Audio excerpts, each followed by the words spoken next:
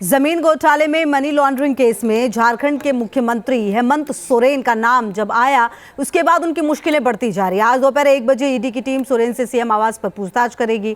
इस बीच झारखंड में सियासी हलचल तेज है। सोरेन सरकार का एक्शन प्लान तैयार है और कयास तो यहां तक लगाए जा रहे हैं कि हेमंत सोरेन कल्पना सोरेन को मुख्यमंत्री की कुर्सी सौंप सकते हैं। पूरी रिपोर्ट देखिए।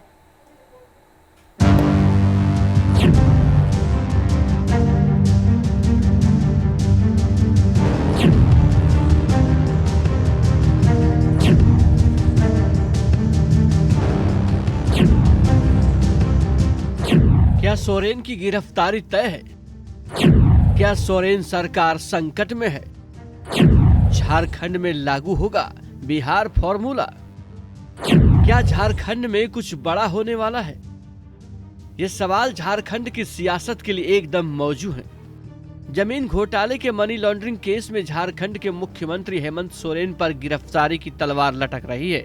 गिरफ्तारी की अफवाहों के बीच हेमंत सोरेन दिल्ली से रांची पहुंचते हैं, विधायकों के साथ बैठक करते हैं, आगे की रणनीति पर चर्चा करते हैं, मंथन करते हैं और आगे का एक्शन प्लान भी तैयार करते हैं। विधायकों की इस बैठक में 39 विधायक शामिल होते हैं। बताया जा रहा है कि 4 से 5 विधायक इस बैठक में स्वास्थ्य कारणों से शामिल नहीं हो पाए। जो विधायक बैठक में शामिल नहीं हुए उनके नाम हैं लोबिन हेम्ब्रम, चमरा लिंडा, सीता सोरेन और रामदास सोरेन। बैठक के बाद जेएमएम और उसके सहयोगी दलों का कहना है कि झारखंड में सब कुछ ठीक है और सरकार पूरी तरह से सुरक्षित।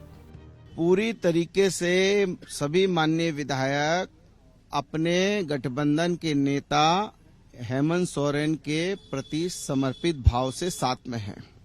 कहीं कोई इब्बट नहीं है और कांग्रेस जन पूरी तरीके से साथ रहेंगे। आरजेडी भी पूरी तरीके से साथ रहेगा। केंद्र सरकार के इशारे पर एक चुनी हुई सरकार को जिस तरह से अपदस्थ करने की कोशिश की जा रही है, हम सभी एकजुट हैं और हम लोग सभी मिलकर सामना करेंगे, पूरी सरकार और पूरे झारखंड वासी। जिस तरह से भाजपा के लोगों ने माननीय मुख्यमंत्री जी के नाम से भगोड़ा और क्या क्या कह के जो एक अराजकता पैदा कर दी थी, लोगों माहौल पूरा खराब कर दिया था देश का, उस पर विराम लगाने के लिए माननीय मुख्यमंत्री जी ने विधायकों और माननीय मंत्रियों को यहाँ बुलाया था और ये कहा कि वो पूरे कॉन्फिडेंस के साथ उन्होंने बात की और कहा कि ऐसा कोई डर नहीं है, मैं आ गया हूँ। तो क्या झारखंड में सब कुछ ठीक है? क्या हेमंत सोरेन ने अपना एक्शन प्लान तैयार कर लिया है? इसे भी समझेंगे, लेकिन पहले ये जान लीजिए कि आखिर ईडी का शिकंजा हेमंत सोरेन पर कसता क्यों जा रहा है। हेमंत सोरेन पर जमीन घोटाले में मनी लॉन्ड्रिंग का आरोप है।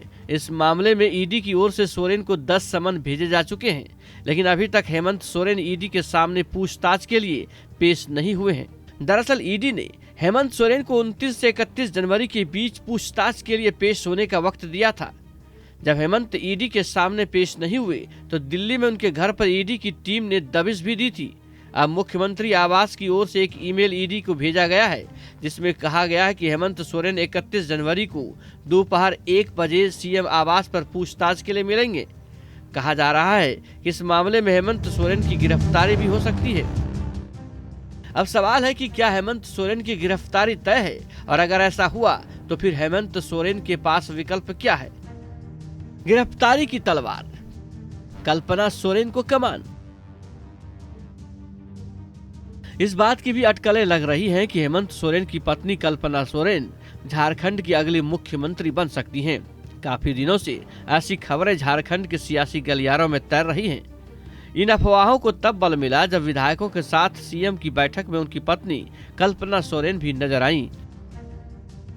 वे विधायक भी नहीं हैं, लेकिन फिर भी इतने अहम सियासी बैठक में उनकी मौजूदगी के सियासी मायने निकाले जाने लगे हैं। सबसे जो चौंकाने वाली बात है कि कल्पना सोरेन जो उनकी धर्मपत्नी है वो बैठक में नजर आई, जबकि वो विधायक नहीं है। कयास लगाया जा रहा है कि अगर हेमंत सोरेन पर कोई कार्रवाई होती है तो कल्पना सोरेन को मुख्यमंत्री के तौर पर पेश किया जा सकता है। इससे पहले हेमंत सोरेन ने बयान देते हुए कहा था, मैं था, हूं और रहूंगा। अब बैठक में हेमंत सोरेन की पत्नी की मौजूदगी से कयासों का बाजार गर्म हो गया है। Team news nation.